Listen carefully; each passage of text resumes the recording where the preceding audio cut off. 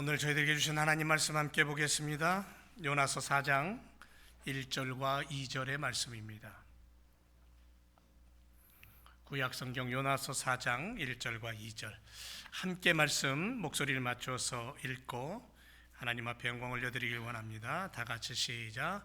요나가 심히 싫어하고 노하여 여호와께 기도하여 가로되 여호와여 내가 고국에 있을 때에 이러하겠다고 말씀하지 아니하였나이까. 그러므로 내가 빨리 다시스로 도망하여 싸우니 주께서는 은혜로우시며 자비로우시며 노하기를 더디하시며 이내가 그 시사 뜻을 돌이켜 재앙을 내리지 아니하시는 하나님이신 줄을 내가 알았음이니이다. 아멘.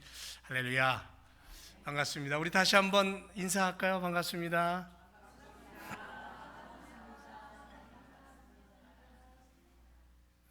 함께 예배드리며 정말 감사를 드립니다. 오늘은 순종과 당돌함이라는 말씀으로 함께 은혜를 나누기를 원합니다. 옛날에 알렉산더 대왕이 막강한 군사력을 가지고 위대한 그러한 왕으로서 세계를 정복할 때에 있었던 일입니다. 한 번은 이 알렉산더가 적은 군대를 이끌고 견고한 성을 둘러쌌습니다. 그 성을 내 것으로 만들기 위해서 전쟁을 벌인 거죠. 그런데 그 성 안에, 그 도시 안에 있는 왕에게 항복하라고 종용을 했습니다. 근데 문제는 뭐냐면 이 성 안에 있던 아주 견고한 성입니다. 그 성 안에 있던 왕이 가만히 보니까는 알렉산더 이름은 들어서 전쟁에 능한 왕이라는 건 알고 있겠는데, 아니 우리 이렇게 견고한 성을 무너뜨리려고 저 적은 군대를 가지고 왔어? 도무지 믿기지가 않고 해볼 만하다라는 생각을 하게 된 거예요. 그리고는 알렉산더의 말에 코웃음을 치기 시작했습니다. 아마 올 테면 와봐라, 이제 이렇게 된 거예요. 항복을 거부한 겁니다. 자, 그때 이 알렉산더는 자기 군대들을 일렬로 쫙 세우더니 앞으로 전진 명령을 내린 겁니다. 그런데 공교롭게도 그 군대들이 서 있는 그 방향은 성이 아니라 반대 방향이었습니다. 그럼 그 반대 방향은 어떻게 되어 있냐면 지형이 한 몇십 미터 앞으로 가면 낭떠러지요. 그런데 그 낭떠러지를 향하여서 군대를 일렬로 세워놓고는 앞으로 전진 명령을 내린 겁니다. 근데 놀랍게도 그 군대가 주저함 없이 앞으로 걸음을 옮기는 거예요. 한 10명쯤 떨어진 다음에 스탑하고 명령을 내렸습니다. 그리고는 성을 향해서 말합니다. 나의 군대는 이렇다. 그 병사들에게 이렇게 물어본다면, 어떻게 그게 가능합니까? 라고 물어본다면 우리는 알렉산더의 명령이라면 목숨도 아깝지 않습니다라는 그런 각오로 그 명령 앞에 걸음을 옮긴 거예요. 결국 그 성은 문을 활짝 열고 그 알렉산더를 환영했다고 합니다. 여러분, 순종의 본질이 뭔지 아세요? 누구에게 순종하는 겁니까? 순종은 누구에게 순종하는 거예요? 지금 내가 따르고 있는 분은 누굴까요? 여러분, 오늘 내가 예배하는 그 예배의 대상은 누굴까요? 누구를 향해서 우리가 예배하고 있습니까? 누구를 향해서 순종하며 살아갑니까? 만왕의 왕 되신 예수 그리스도이심을 믿습니다. 여러분, 예수님은 사령관으로서 우리가 그분을 모시고 살아가는 인생이에요. 그래서 그분의 말씀 앞에 순종하고 그분의 말씀 앞에 복종하며 사는 거예요.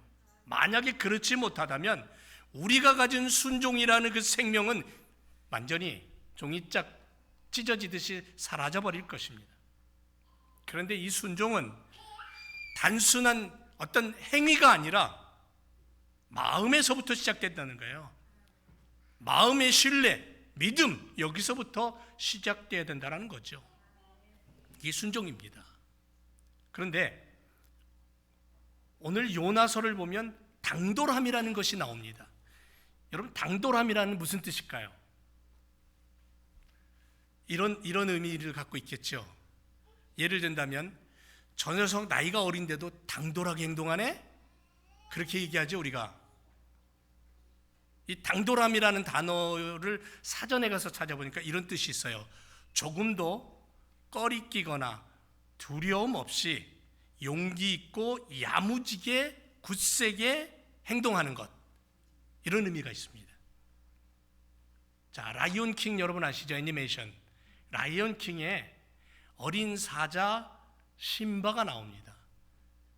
그는 왕의 아들입니다. 그 어린 아이가, 어린 사자가 자기보다 더 몇 배가 큰 사자 앞에서, 다른 동물들 앞에서 이빨을 들이내면서 맞서는 모습을 보게 됩니다. 뭐예요? 그 조그만 사자가 그런 당돌함을 보이는 그 용기는 어디서 나오는 거예요? 왕의 아들이라는 거예요. 왕의 아들, 왕의 자녀라는 거예요. 그런 당돌함이 있는 거죠. 세상을 살아가는 하나님의 자녀들에게 당돌함이 있어야 됩니다.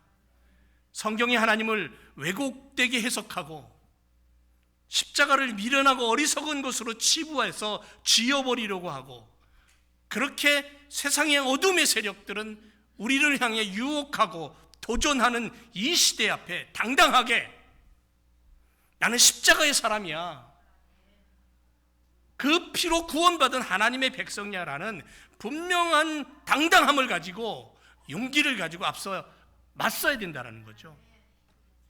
여러분, 요나를 들여다보면 요나는 이 순종과 당돌함 사이에서 참 많은 갈등을 했던 것 같아요. 아마 우리도 우리의 신앙생활하면서 이런 갈등을 하지는 않을까 생각해 봅니다.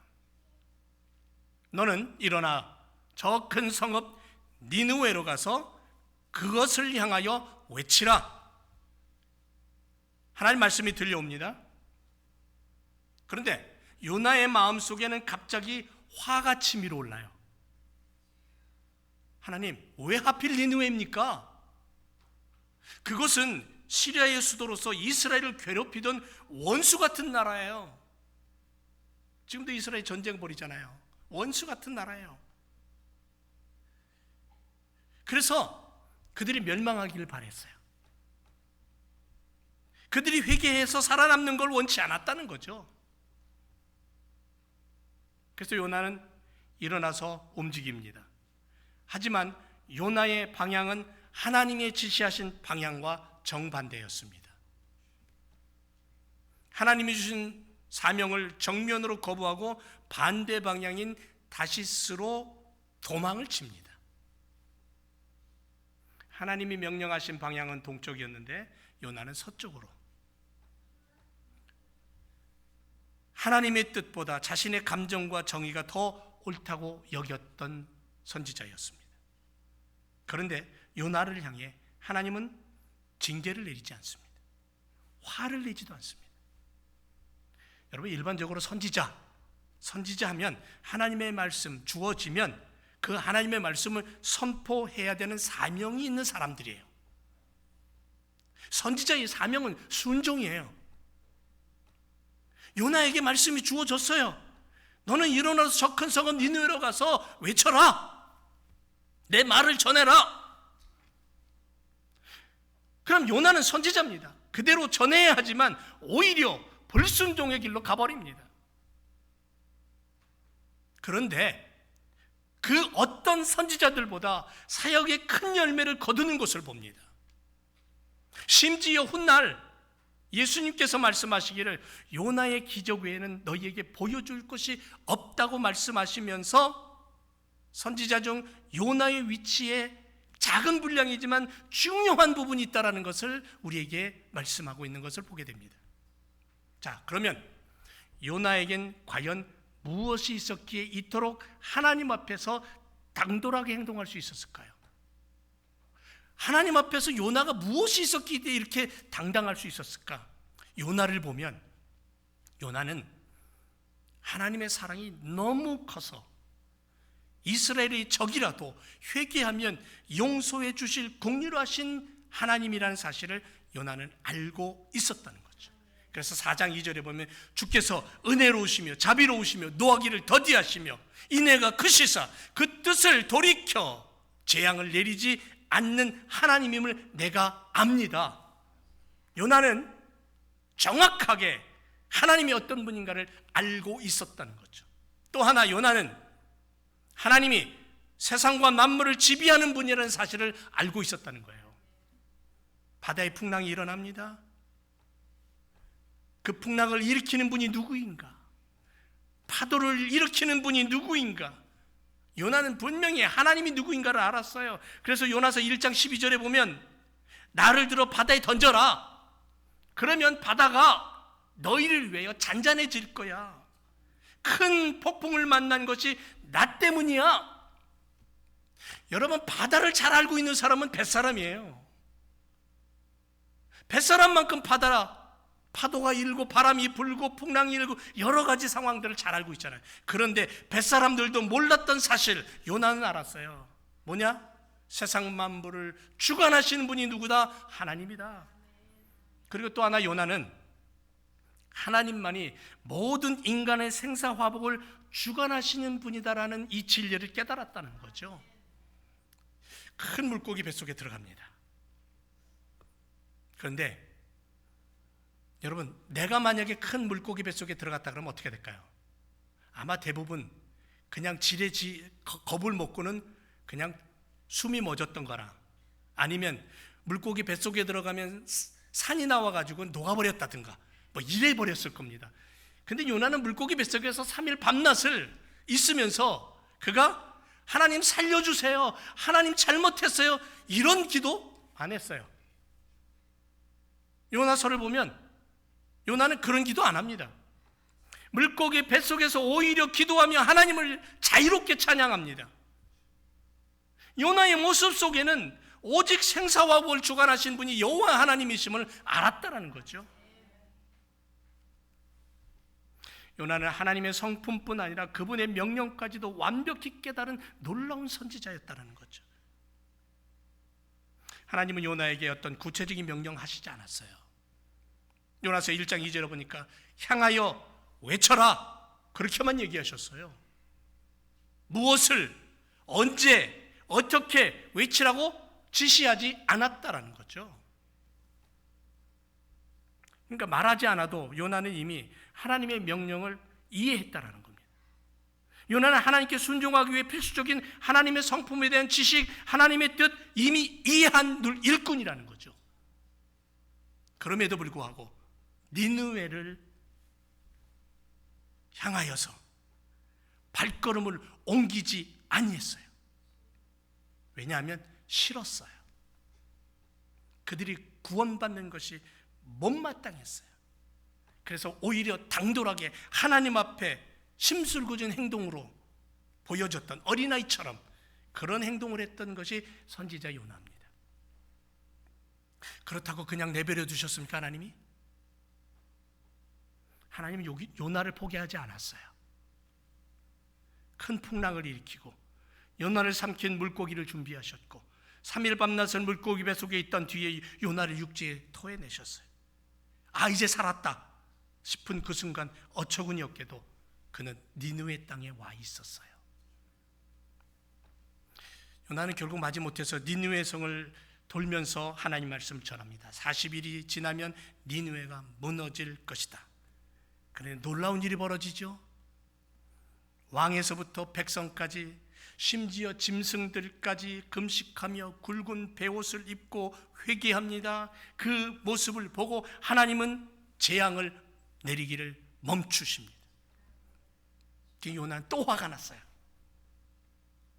정말 요나는 화가 많은 사람인가 봐요. 너무너무 당돌하게 하나님 앞에 또 화를 냅니다. 오늘 우리가 읽은 말씀, 요나가 매우 싫어하고 성내어 여호와께 기도하여 가로다. 그것 보세요. 하나님, 내가 그러지 않았습니까? 하나님 마음을 돌이켜서 저들을 용서한다고 내가 그렇게 얘기하지 않았습니까? 보세요 하고 화가 나가지고는 그냥 하나님 앞에 대드는 모습. 요나의 분노의 본질은 하나님의 자비에 대한 불만이었죠. 요나가 품은, 인간이 품은 그 정의, 악인은 심판받아야 돼, 저 불의한 자는 망하고 죽어야 돼, 그 생각을 가지고 하나님의 자비를 무너뜨리려는 그러한 인간의 모습. 요나 안에는 뭐가 있었냐면요, 편협한 배타적인 선민 사상이 들어있었다는 거죠. 그걸 벗어나지 못했어요. 우월의식이에요. 우월의식. 요나는 하나님께서 이방 땅 니느웨를 구원하신 것에 대한 격렬한 불평을 토로하면서 심지어 뭐라고 그러냐면요, 죽는 게 사는 것보다 낫다 그래요. 죽여달라는 얘기를 하는 거예요. 죽여달라고. 내 민족, 내 혈통, 내 집안, 이런 우월의식, 우월사상에 사로잡혀서 하나님의 긍휼하심과 사랑마저 외면하는 모습을 발견합니다. 그래서 요나서를 통해 깨닫는 것은 뭐냐면, 요나의 하나님, 선민, 유다 민족의 하나님, 그들의 하나님은 곧 나의 하나님이고 우리의 하나님이고 이 온 우주의 하나님이라는 거예요. 보잘것없는 소수민족으로 살아가는 이민 생활을 하고 있는 우리들도, 우리가 고백하는 그 하나님은 우리의 하나님이고 창조주 하나님이라는 거예요. 생명의 근원 되신 하나님이라는 거예요. 나의 하나님이라는 거죠. 너의 하나님이고 나의 하나님이고, 나를 살린 주님이고 너를 살린 주님이고, 요나를 들어 쓰시는 그 하나님이 나를 들어 쓰시는 하나님이라는 거죠. 여러분, 이렇게 당돌하게도 하나님께 불평하며 딴 길로 가던 요나, 그럼에도 하나님께서는 요나에게 벌을 주시기는커녕 오히려 요나의 성내는 모습을 조용히 바라보시면서 작은 박넝쿨을 통해 하나님의 마음을 설명합니다.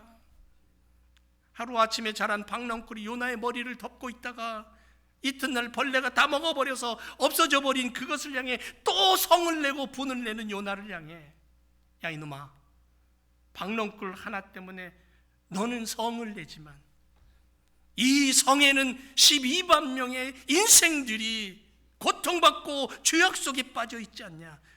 내가 그들을 아끼지 않겠느냐? 하나님의 마음을 깨닫게 하시는 거예요. 한 영혼이 천하보다 귀하다고 주님 말씀하시잖아요. 그 마음을 품고 우리가 이 땅을 살아갈 때에 우리는 요나에게 말씀하시는 하나님의 마음을 느끼게 되는 거죠.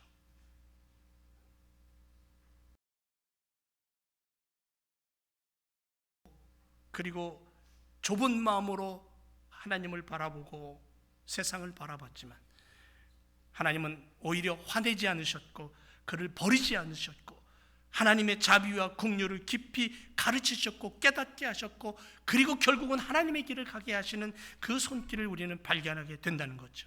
왜냐하면 요나의 마음속에 하나님이 있었기 때문에 그래요. 요나의 가슴 속에 하나님의 말씀의 순수함이 있었기 때문에 그래요. 비록 선민의식에 사로잡혀 청개구리 같은 행동을 했을지 모르지만 요나라는 한 일꾼 안에 하나님의 말씀과 하나님의 은혜가 있는 것을 깨닫고 아끼고 사랑하셔서 그를 통해 하나님의 뜻을 드러내기를 원하시는 하나님의 마음, 곧 우리를 향한 하나님의 마음이신 줄로 믿습니다. 자식이 부모에게 자기 뜻과 다르다고 반기를 들면서 엉뚱한 행동을 하듯이 요나는 하나님이 어떤 분인지 알면서도 자기의 뜻대로 안 된다고 그렇게 반항하던 모습. 요나는 하나님의 말씀에 힘이 있다는 것을 알고 있었고, 하나님의 말씀은 생명을 살리는 그러한 민족을 변화시키는 능력이 있음을 알고 있었고, 너무도 분명했기에 오히려 나의 뜻과 맞지 않는다고 반대 방향으로 갔던, 하지만 그를 다시 순종의 길로 인도하시는 하나님의 손길을 바라보면서 우리는 어떤가요? 우리는 이민생활하는 우리는 어떤가요? 여러분, 성경에는 당돌함을 가진 또 한 사람이 나오지만 전혀 다른 방향에서의 당돌함을 가진 사람을 보게 됩니다. 그게 누구냐면 출애굽기 32장에 나오는 모세라는 사람입니다. 모세가 시내산에서 하나님을 만나고 있었습니다. 그런데 10절에 보면 하나님의 진노가 나타납니다. 나대로 하게 둬라.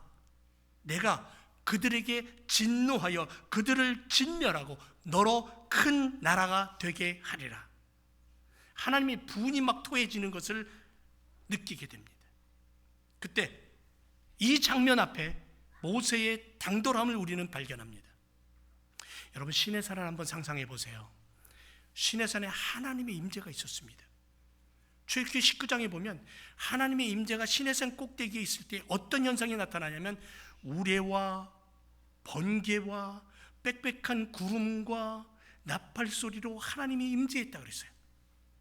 시내산의 연기가 자욱하고 여호와께서 불 가운데 거기 강림하셨다 그랬어요. 연기가 옹기장이처럼 떠오르고 그 온 산이 크게 진동했다 그랬어요. 하나님의 임재가 얼마나 강력했으면 감히 고개를 들 수 없을 정도로 산 밑에 있던 백성들이, 하나님의 임재가 이런 거예요. 우리는 갑자기 던더스톰이 오고 천둥 번개 치고 막 우박이 내리면 무서워서 겁나가지고 아이고 하나님 내가 무슨 죄를 졌습니까? 이러잖아요 우리는. 근데 시내산의 하나님의 임재는 그것보다 몇천 배 더 강력하게 임했어요. 그런데 모세는 32장에서 하나님을 가로막고서는 당돌한 용기를 보입니다. 그 전능하신 하나님, 그 능력의 하나님 앞을 가로막는 인생이 있었어요. 모세예요. 그리고는 뭐라 그러는 줄 아세요? 하나님을 향해서 하나님 어찌하여 이 백성을 멸하십니까? 이 백성을 죽이려 하십니까? 용서해 주세요. 당신의 분을 좀 너그러뜨리세요. 그치소서. 하나님 앞을 막아서며 백성들을 향하여 중보하는 모세. 저는 이 장면을 보면서 연약한 한 사람이 전능하신 하나님 앞을 가로막고서는 당돌함 앞에 저 자신의 연약함을 다시 한번 깨닫습니다. 소름 돋치도록 어떻게 그렇게 하나님 앞에 당돌하게 맞설 수 있을까? 도망가지 않았습니다. 숨지 않았습니다. 저 백성들을 향하여 저들이 깨닫고 하나님 자녀로 살게 하기 위하여 하나님 지금은 저들을 멸하지 마소서라고 하나님 앞을 가로막는 그 당당한 모습, 중보의 모습. 아브라함은 소돔과 고모라 성이 죄악 속에서 멸망하게 될 모습을 바라보면서 하나님 앞에 서서 당돌하게 하나님 하고 단판을 짓잖아요. 창세기 18장에 보면. 그래서 하나님 의인 50이 있으면 저 성을 멸하시렵니까? 라고 시작한 그는 하나님 앞에 10명까지 줄이는 그런 당돌함을 보입니다. 이게 뭐예요?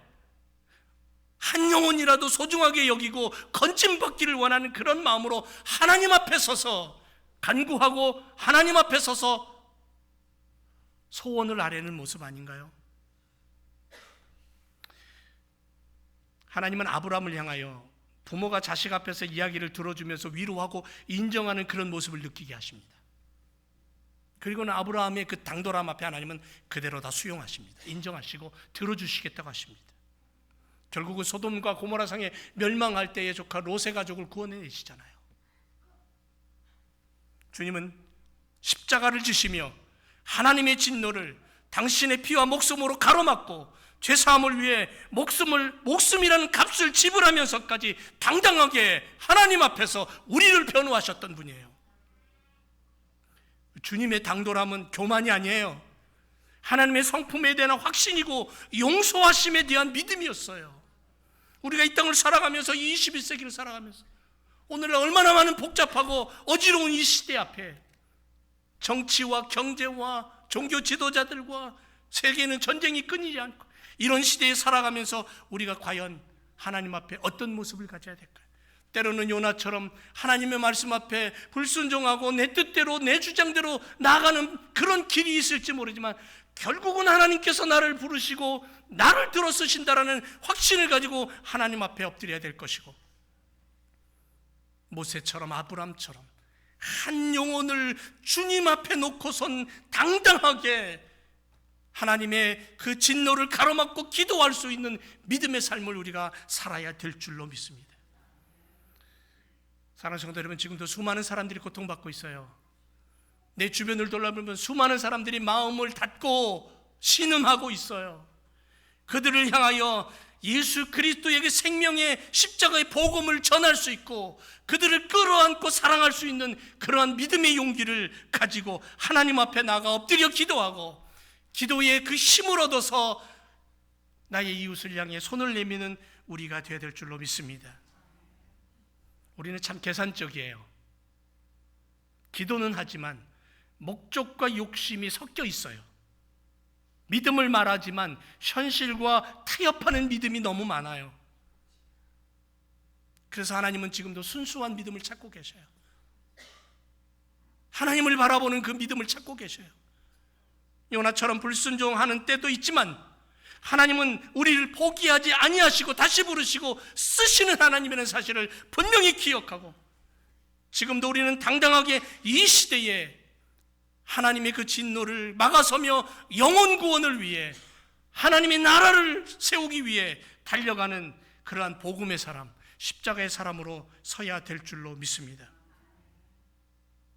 그래서 오늘도 내 입에서, 우리들의 입에서 예수는 그리스도라고 고백하며 하나님의 나라를 선전하고 하나님의 뜻을 전하는 믿음의 삶을, 순종과 당돌함을 가지고 하나님의 뜻을 이루는 그런 삶을 살아가는 우리 모두가 되기를 주님의 이름으로 축원을 드립니다. 기도하겠습니다.